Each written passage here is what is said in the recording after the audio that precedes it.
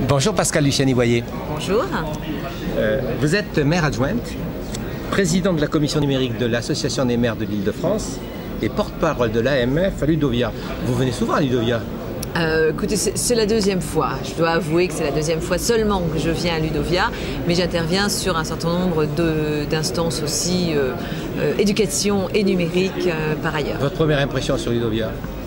Eh bien, j'ai été agréablement surprise, de la dynamique, parce qu'il y a beaucoup de monde cette année, et de la qualité des interventions de mes collègues, par ailleurs, sur des sujets qui dépassent un petit peu ce qu'on a l'habitude d'entendre, à savoir de la sociologie, par exemple. Alors, bon, on va revenir à vos interventions. Quel bilan vous faites aujourd'hui du numérique éducatif dans les 36 000 municipalités de France? Puisqu'en fait, c'est de cela dont vous avez parlé essentiellement. Oui, tout à fait.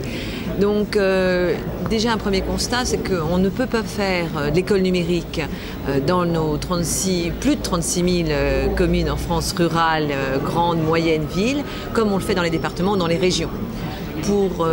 La première raison, c'est que les budgets, on regarde, ne sont pas les mêmes, que les infrastructures nécessaires à déployer ne sont pas les mêmes, et que par ailleurs, les compétences mises à disposition au niveau des villes ne sont pas équivalentes. Donc, on n'a pas forcément l'assistance et maîtrise d'ouvrage, on n'a pas forcément les techniciens ou la compétence interne pour mener à bien un projet. Et puis, il y a l'aspect économique.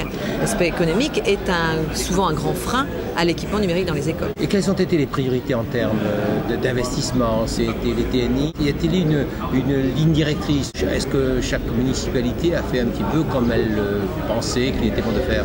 Alors, il y a 10 ans, lorsque débute cette grande aventure pour les précurseurs, il y a 10 ans, ce sont les précurseurs, il y a bien sûr, on a commencé par les salles informatiques, et puis ensuite on a eu les ordinateurs de fond de classe, et puis sont arrivés après les TNI et autres outils. Donc il y a une grande diversité des outils aujourd'hui qui sont disponibles et qui permettent les équipements, mais il y a aussi une grande diversité sur l'appropriation qu'en ont eu chacun. Donc oui, c'est différent. Il faut juste noter quand même que le plan école numérique rurale a apporté un cadre.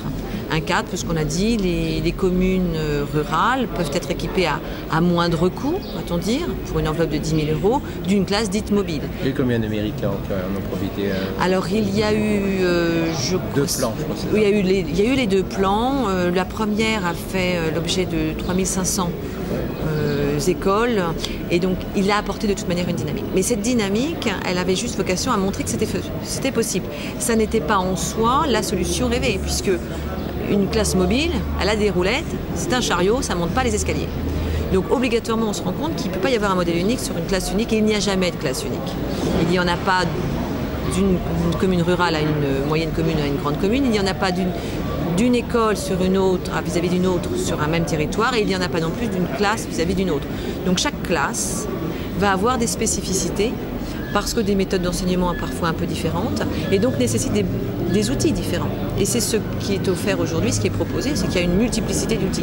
La question, c'est quel outil pour quel objectif et quel besoin? Et c'est à cette question, pensez qu'il faut répondre prioritairement aujourd'hui? Alors, il y a deux questions auxquelles il faut répondre. C'est bien sûr quel outil pour quel besoin et à quel prix. Donc la deuxième, c'est le coût. Donc est-ce qu'on peut se poser juste la question d'une potentielle surenchère, mais c'est toujours le problème des précurseurs. C'est-à-dire qu'au début, les matériels coûtent beaucoup plus cher que par la suite.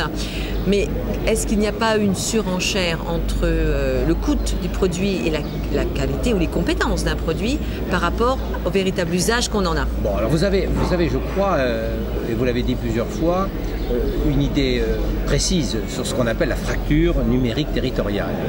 Vous avez une analyse particulière?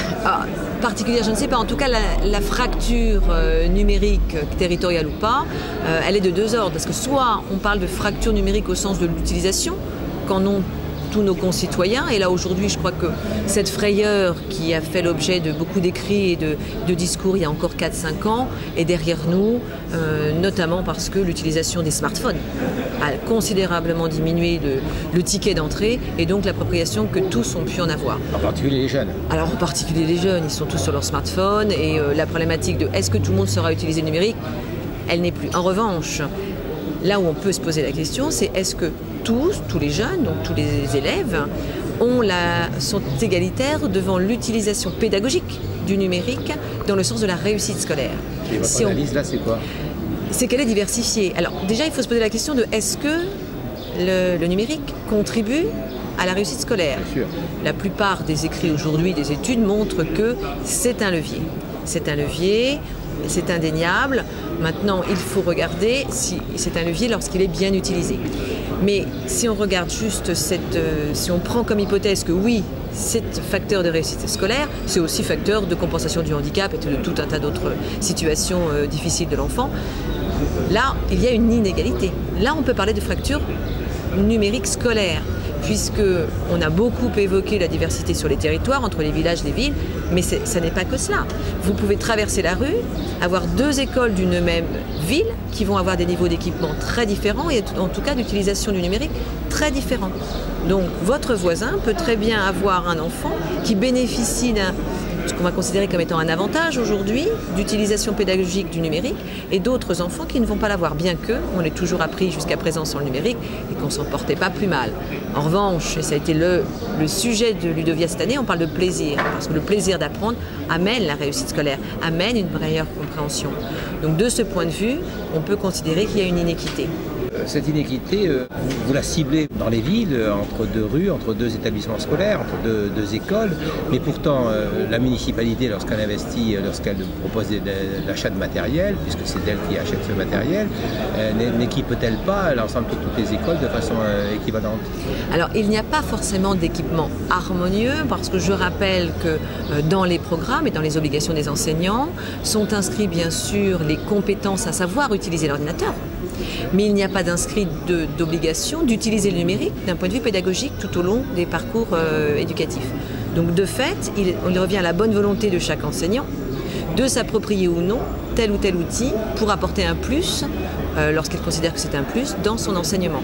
Et là, il y a une inéquité, puisque on n'est pas sur une obligation, et donc il est tout à fait possible qu'une commune, parce qu'il n'y a pas une bonne volonté, une motivation ou une compétence des enseignants pour s'approprier les outils, qu'il n'y ait pas ces enseignements numériques. Donc nécessité de formation. Alors ça pose la problématique de la nécessité de formation, d'initiation, mais pas exclusivement. C'est vrai qu'on en a beaucoup parlé, on en parle encore beaucoup, mais ça n'est pas le seul handicap, la formation, parce qu'on peut avoir des enseignants très formés s'ils n'ont pas la confiance. Et je crois qu'avant même la formation, il y a la confiance. La confiance qu'auront les enseignants à utiliser de façon sereine un nouvel outil. On peut avoir à l'utiliser, avoir appris à l'utiliser, mais s'il tombe en panne, ça ne fonctionne pas. Si on n'est pas capable, avec cet outil dont on connaît l'utilisation, de construire un parcours pédagogique, de se sentir à l'aise avec, on n'ira pas forcément. Donc la confiance sur le parcours et la sécurisation de l'utilisation du numérique est aussi un point crucial sur l'incitation qu'auront tous nos enseignants à aller vers le numérique. En d'autres termes, l'outil ne produira pas automatiquement la culture numérique. C'est loin d'être le cas. Alors, vous avez à Ludovia proposé un certain nombre d'autres idées, et en particulier, vous prônez la mise en œuvre d'une politique éducative territoriale dans un bassin de formation nécessité par une économie de moyens, une économie d'échelle et une nécessaire mutualisation. Vous précisez? Oui. Alors, j'ai commencé mon propos en rappelant qu'il y a une grande diversité de villes. Donc les communes ne sont pas dotées économiquement des mêmes ressources pour aller vers le déploiement du numérique, des équipements numériques dans les écoles. Et je rappelle que c'est de la compétence dans le cadre de la loi de décentralisation que d'équiper. Sauf que l'équipement, avant c'était un tableau et une craie, aujourd'hui ça devient beaucoup plus lourd à porter. Et si on regarde en plus au-delà de l'équipement les infrastructures nécessaires, c'est encore plus lourd. Donc bien évidemment, les villes individuellement peuvent de moins en moins porter seules l'ensemble de ces nécessaires équipements scolaires.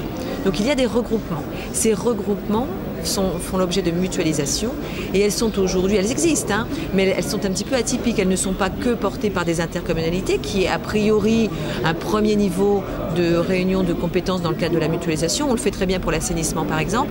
Il se fait diversement sur le sujet éducatif numérique. Et puis je rappelle aussi que sur le sujet éducatif numérique, il n'est pas nécessairement lié à un découpage administratif. Ce découpage administratif sur le sujet de l'éducation, il peut être divers. Et je prendrai l'exemple là pour le coup en ruralité. Vous avez des écoles qui ont, des villages qui n'ont pas d'école, dont les enfants vont aller dans le village d'à côté et qui pour autant ne dépendent pas de la même intercommunalité. Et il va y avoir un autre village ou une autre ville qui, elle, va proposer des activités périscolaires d'enfants dont elle n'a pas d'école, pour laquelle elle assure l'éducation dans le cadre de l'éducation nationale. Donc on voit bien là que le découpage administratif n'est pas forcément le bon découpage pour le regroupement. D'où la réflexion de bassin de population éducative, dans lequel il y aurait matière à réfléchir à mutualiser, avec peut-être, et là ça dépend de la taille et des configurations, des mutualisations aussi avec des départements, parce que vous avez des tailles de départements qui sont ni plus ni moins que les tailles de grandes villes.